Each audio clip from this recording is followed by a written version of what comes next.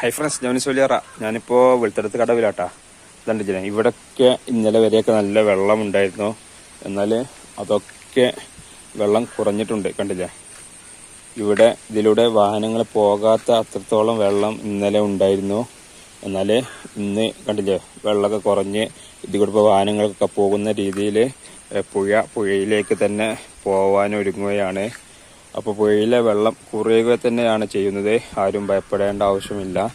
കണ്ടില്ലേ, എന്നാൽ ആകാശം നല്ല കാർമേഘം കണ്ടിട്ടാ.